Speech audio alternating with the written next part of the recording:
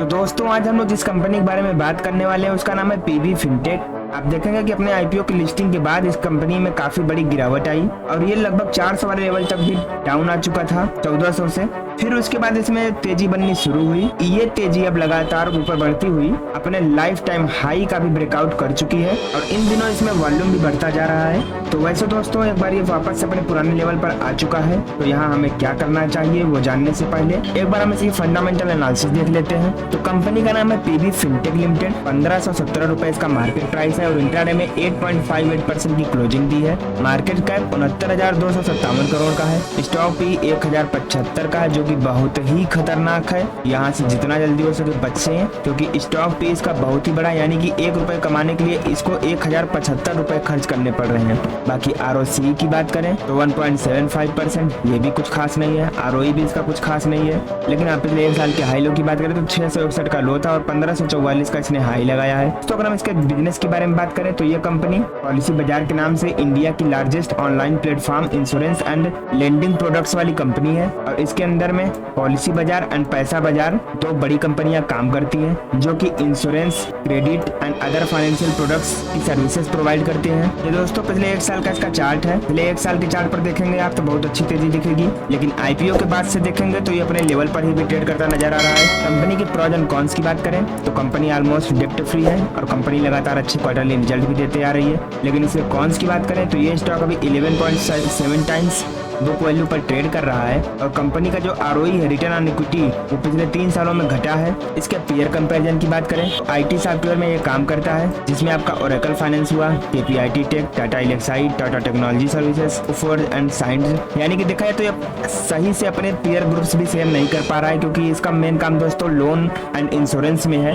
लेकिन सारा process online होने की वजह से IT सॉफ्टवेयर का पीयर ग्रुप्स भी शेयर कर रहा है। देखा जाए तो इसके पीयर कंपैरिजन का यहाँ पर बहुत ही सही सटीक कंपैरिजन नहीं निकल रहा है। तो अगर हम इसके क्वार्टरली रिजल्ट्स की बात करें तो इसका जो सेल्स ग्रोथ है वो मार्च 2021 में 271 करोड़ का था, मार्च 2022 में 540 करोड़, मार्च 2023 में 869 करोड़ और मार्च 2024 में 1090 करोड़ का रहा। वहीं पर नेट प्रॉफिट की बात करें जहां मार्च 2021 में माइनस के 64 करोड़ का लॉस, मार्च 2022 में माइनस 220 करोड़ का लॉस, मार्च 2023 में माइनस 9 करोड़ का लॉस और मार्च 2024 में 60 करोड़ का प्रॉफिट है। इसके लॉन्ग टर्म प्रॉफिट लॉस की बात करें तो इसका जो सेल्स ग्रोथ है वो मार्च 2015 में 78 करोड़, मार्च 2020 में 771 करोड़ और मार्च 2024 में 3438 करोड़ का रहा। नेट प्रॉफिट की बात करें तो जहां मार्च 2015 में माइनस 64 करोड़ का लॉस, मार्च 2020 में माइनस 304 करोड़ का लॉस और मार्च 2024 में 64 करोड़ का प्रॉफिट है। तो अगर हम इसके प्रॉफिट एंड लॉस को स्टेटमेंट देखते हैं तो मुझे ये कंपनी कुछ खास पसंद नहीं आई।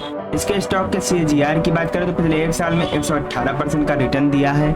कंपनी की बोरोइंग्स की बात करें तो मार्च 2019 में 89 करोड़ का लोन था और मार्च 2024 में 253 करोड़ का लोन है। टोटल एसेट की बात करें तो जहां मार्च 2019 में 751 करोड़ का एसेट था वहीं पर मार्च 2024 में 6729 करोड़ का एसेट है कंपनी के पास। शेयर होल्डिंग पैटर्न की बात करें दोस्तों तो FIIs की होल्डिंग जहां दिसंबर 2021 में 16.29% थी वहां से बढ़कर मार्च 2024 में 48.97% हो गई है। DIIs की होल्डिंग 9.39% से 16.64% हो गई है। पब्लिक की होल्डिंग 69.87% से 33.81% हो गई है। यानी कि यहाँ प्रमोटर्स की कोई होल्डिंग नजर ही नहीं आ रही है, यानी कि प्रमोटर्स अपना माल IPO के समय ही बेचकर निकल गए थे। अब यहाँ पर जो सबसे बड़ी मेजोरिटी है वो FIIs की है, उसके बाद पब्लिक की है और फिर उसके बाद DIIs की होल्डिंग है। तो यहाँ पर थोड़ा संभल कर काम करिएगा। इसकी फॉरेंसिक एनालिसिस करते हैं तो उसमें 7 पॉजिटिव संकेत, 2 न्यूट्रल और 6 नेगेटिव संकेत हैं जिसमें कि इसकी जो लायबिलिटीज है वहाँ कोई दिक्कत नहीं है। रिटेल्स की होल्डिंग भी अभी ठीक ही है। प्रमोटर्स ने पिछले 90 दिनों में कोई भी माल बेचा नहीं क्योंकि प्रमोटर्स यहाँ पर कोई हिस्सेदारी है ही नहीं। कंपनी के प्रमोटर्स ने कोई भी शेयर प्लेस नहीं किया क्योंकि उनके पास होल्डिंग नहीं है, तो क्या करेंगे। बाकी रेवेन्यू ठीक है, कैपेक्स वर्सेस ROCE भी ठीक है। ROE भी पिछले 10 सालों में बढ़ा है और वर्किंग कैपिटल अंडर कंट्रोल है।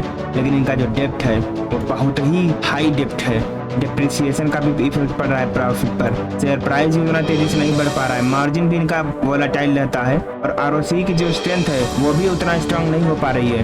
लेकिन अगर हम इसके मार्केट शेयर की बात करें तो 93% का इसके पास मार्केट है डिजिटल इंश्योरेंस मार्केट प्लेस में।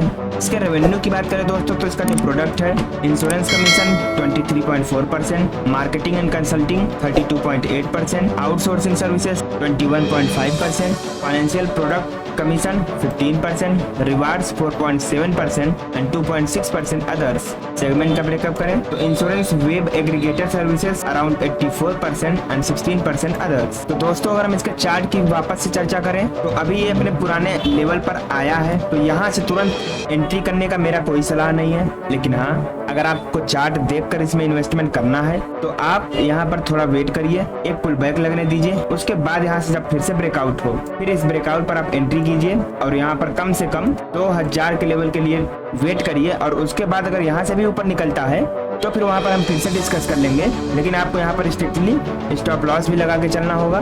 तो वैसे तो अगर मैं फाइनली अपने तरफ से बता दूं तो मुझे ये कंपनी कुछ खास पसंद नहीं आई, लेकिन फिर भी अगर आपको ठीक लगी या फिर आप इसमें इन्वेस्टेड है या फिर इन्वेस्टमेंट करना चाहते हैं तो एक बार खुद के एनालिसिस में जरूर कीजिएगा और वीडियो को लाइक करके कमेंट में जय श्री राम लिखना मत भूलिएगा।